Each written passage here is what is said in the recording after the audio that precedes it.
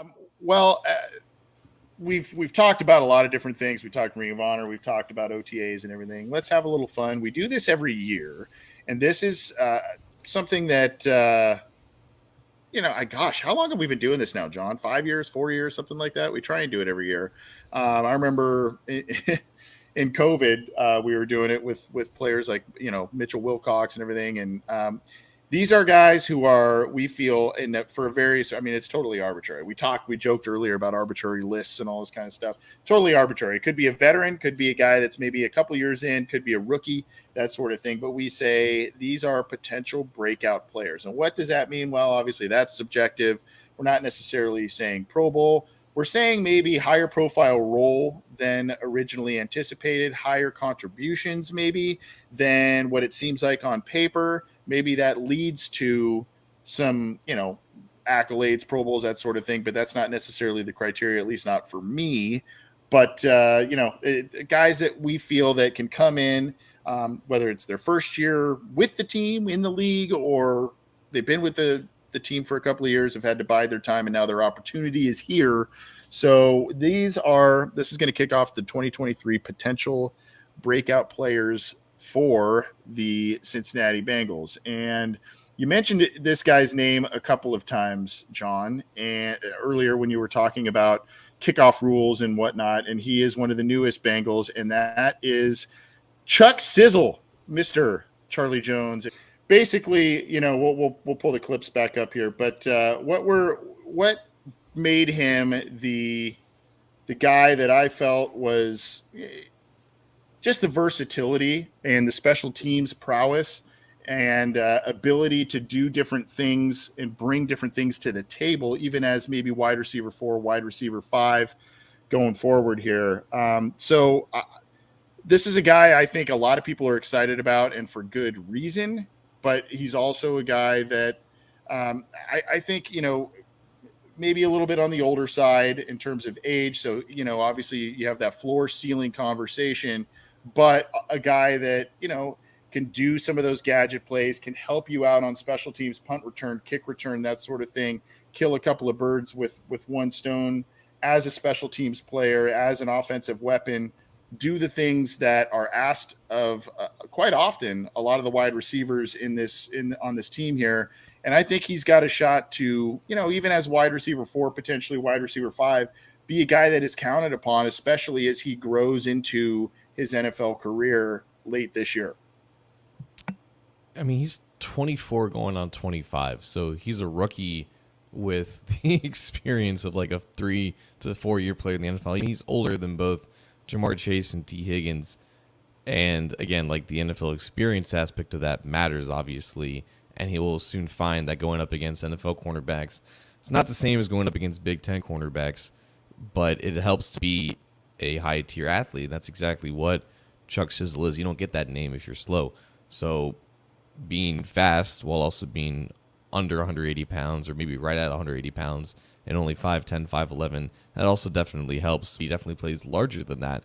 So, yes, he's old. Yes, he's small.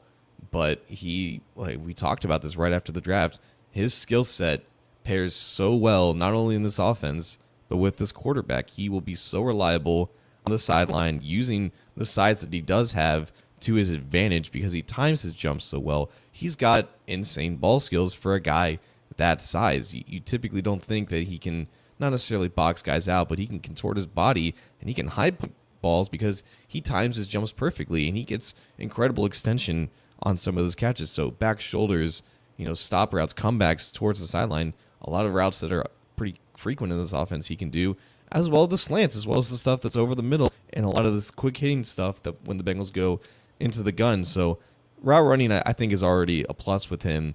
And then just the overall feel of finding those soft spots in the zone and getting off script with Joe Burrow, because that's what he did a lot, oftentimes at Purdue with his quarterback Aiden O'Connell, who was one of his childhood friends. Like, that's one of the main reasons why Charlie Jones transferred to Purdue, because he had experience of just knowing the Purdue's quarterback, who I believe he either was drafted later or he was undrafted, but he was a draftable prospect at quarterback. So once he was in an actual offense that featured him like a receiver, he produced more than basically any receiver in college football. So yes, it helps that he's older and he was able to basically just out athlete a lot of these cornerbacks because of how old he was and because of how fast he was.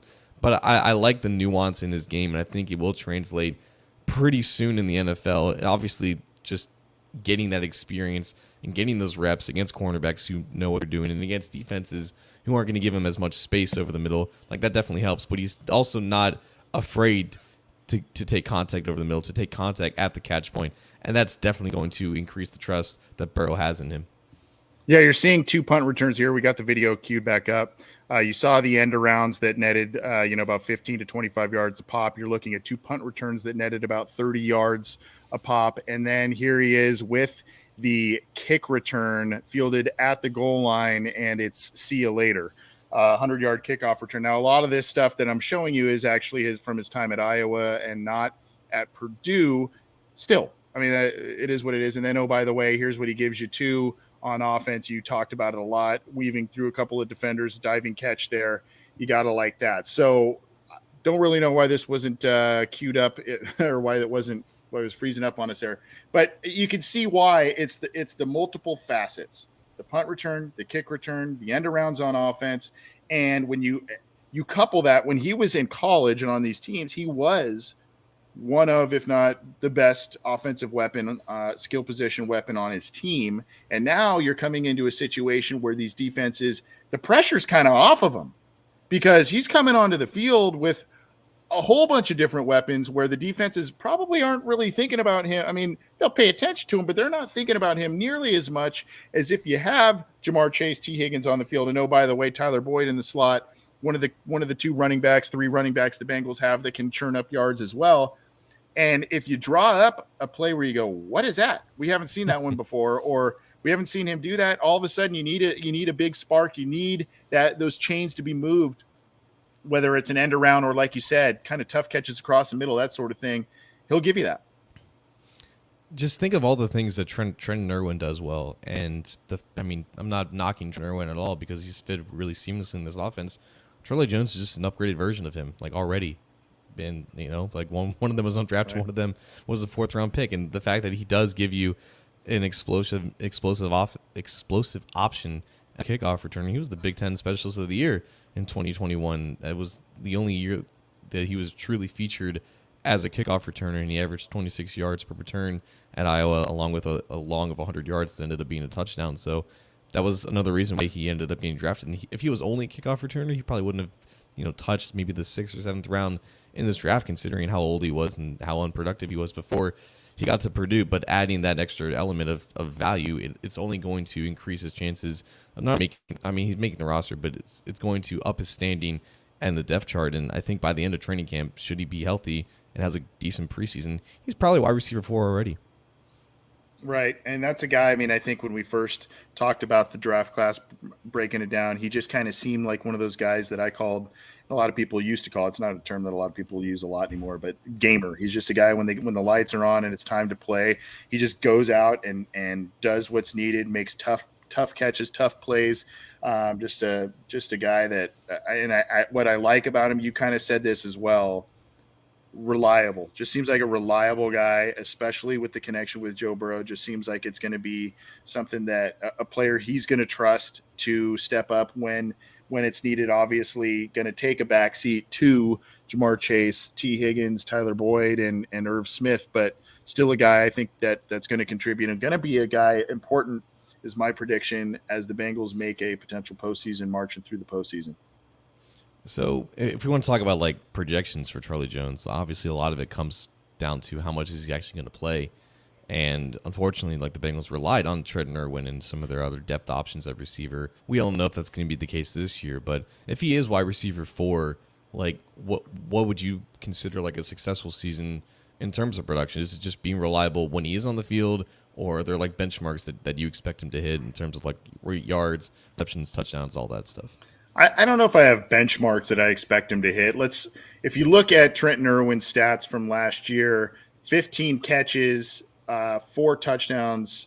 By the way, a little taller than I remember him being. 6'2". I didn't realize Yeah. Trenton Irwin was that tall. But 15 catches on 23 targets, 231 yards, a 15.4 yard per catch average. That's pretty impressive. 4 touchdowns, a long of 45. Here's what I liked about this. When you look at Trenton Irwin's first downs to catch ratio, it's 12 first downs on 15 catches. That's pretty good. Now, granted, your sample size is small, and like I said, he's not going to be the focal point from defenses when he's on the field. But, I think if you're in that, 25-ish catch, 300-ish plus yards, and then maybe similar touchdowns, but your first downs are pretty close to the amount of catches. That's going to be the key metric for me, is regardless of the amount of catches that Charlie Jones does or doesn't get, I'd like to see most of the vast majority of those, kind of like with Irwin, go for first downs, not just a bunch of catch that, chew up some yards and don't really get you much footing on a drive type of thing. So that's going to be a metric for me, but I still contend, and that's why I didn't go offensive heavy on the highlights that I put on this video here. I still contend that I think he's going to be the guy on special teams, and that's where he's initially going to help this team out. And if he can get, I'll get into Trent Taylor's punt return average here, but if he can be better in that regard, obviously, that's going to be something that. And I like Trent Taylor too. I like Trenton Irwin. I like Trent Taylor, but that's going to be something where I think that that'll provide value to the Bengals for sure. Trent Taylor is definitely the one who's most at risk here with just the presence of Charlie Jones. If you want to assume that both Jones and Yoshevich are making this team, you still have Stanley Morgan, you still have Trent Irwin, who I don't think is necessarily going anywhere just because of the year that he had. And that's 7 receivers right there, and Trent Taylor would be the 8th. You're pretty much assuming that he's going to be the odd man out.